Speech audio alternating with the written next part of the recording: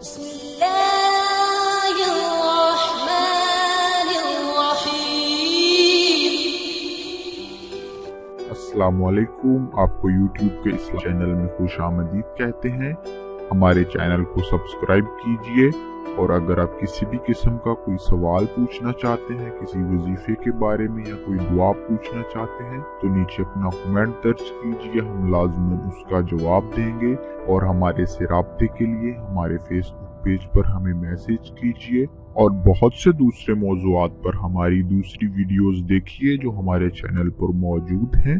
اور برائے مہربانی اس ویڈیو کو آخر تک دیکھیے تاکہ آپ تمام معلومات اس ویڈیو سے حاصل کر سکیں. بہت شکریہ. دوستو، آج ہم آپ کے سامنے جس وظیفے کے ساتھ حاضر ہیں اس کا عنوان ہے کہ ہم رزق میں اضافہ کیسے کر سکتے ہیں، یعنی کہ وہ کون سا وظیفہ ہے جسے پڑھ کر ہم اپنے رزق میں اضافہ کر سکتے ہیں. تو یہ وظیفہ انتہائی سادہ اور چھوٹا سا ہے جس کو آپ صرف چند منٹوں کے اندر، چند منٹ میں آپ اسے مکمل کر سکتے ہیں. اور اس کی کوئی حد نہیں ہے کہ آپ اسے کتنے دن تک آپ نے مسلسل کرنا ہے. جتنی دیر آپ اسے کریں گے اتنا ہی زیادہ بہتر ہے آپ کے لیے، اس کے اتنے ہی زیادہ آپ کو فوائد حاصل ہوں گے.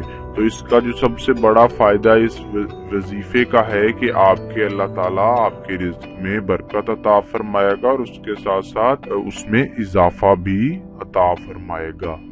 تو ابھی ہم بغیر وقت ضائع کیے ہوئے اپنے وظیفے کی طرف بڑھتے ہیں. تو سب سے پہلے آپ نے اس وظیفے کو، جو سب سے پہلی حد ہے کہ آپ نے ہر نماز کے بعد اس وظیفے کو پڑھنا ہے. تو آپ جب بھی کوئی نماز پڑھیں اس کے بعد آپ نے جو نماز سے فارغ ہو کر آپ نے باوضو ہی رہنا ہے. وضو کی حالت میں آپ نے ایک مرتبہ آیت الکرسی کا ورد کرنا ہے. ایک مرتبہ آپ نے آیت الکرسی پڑھ لینی ہے.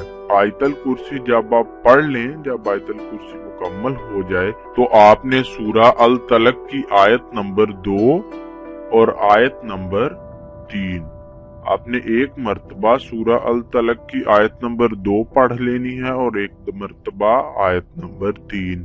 اور یہ قرآن کی سورہ نمبر 65 ہے. سورہ الطلق قرآن مجید میں اس کا نمبرنگ کے حوالے سے اس کا نمبر 65 ہے. اس کی آپ نے ایک مرتبہ آیت نمبر 2 اور پھر ایک مرتبہ آیت نمبر 3 کو مکمل پڑھ لینا ہے. اس کے بعد جو تیسرا کام ہے وہ ہے آپ نے ایک مرتبہ سورہ فاتحہ کو ایک مرتبہ پڑھ لینا ہے، یعنی الحمدللہ کو. اس کو پڑھنے کے بعد آپ نے 3 مرتبہ سورہ اخلاص یعنی قل هو اللہ احد کو آپ نے 3 مرتبہ پڑھ لینا ہے.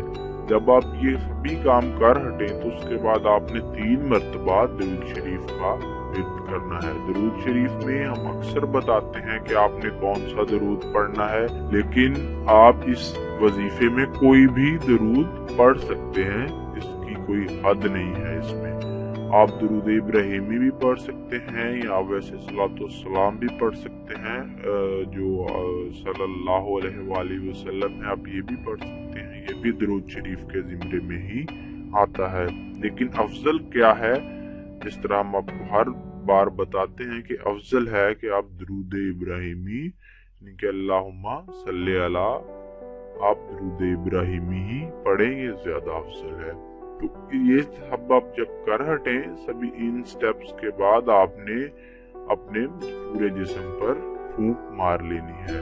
ایک مرتبہ پھر میں دہراتا چلوں وظیفہ کس طرح سے ہے.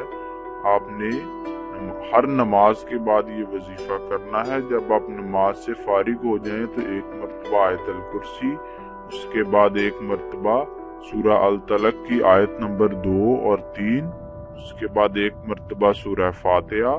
سورہ فاتحہ پڑھنے کے بعد آپ نے 3 مرتبہ درود شریف کا ورد کرنا ہے.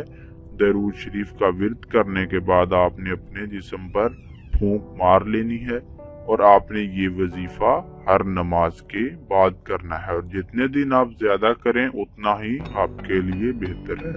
تو انشاءاللہ اس وظیفے کے بعد اللہ تعالیٰ سے امید ہے کہ اللہ تعالیٰ آپ کے رزق میں برکت اور فراوانی عطا فرما دے گا.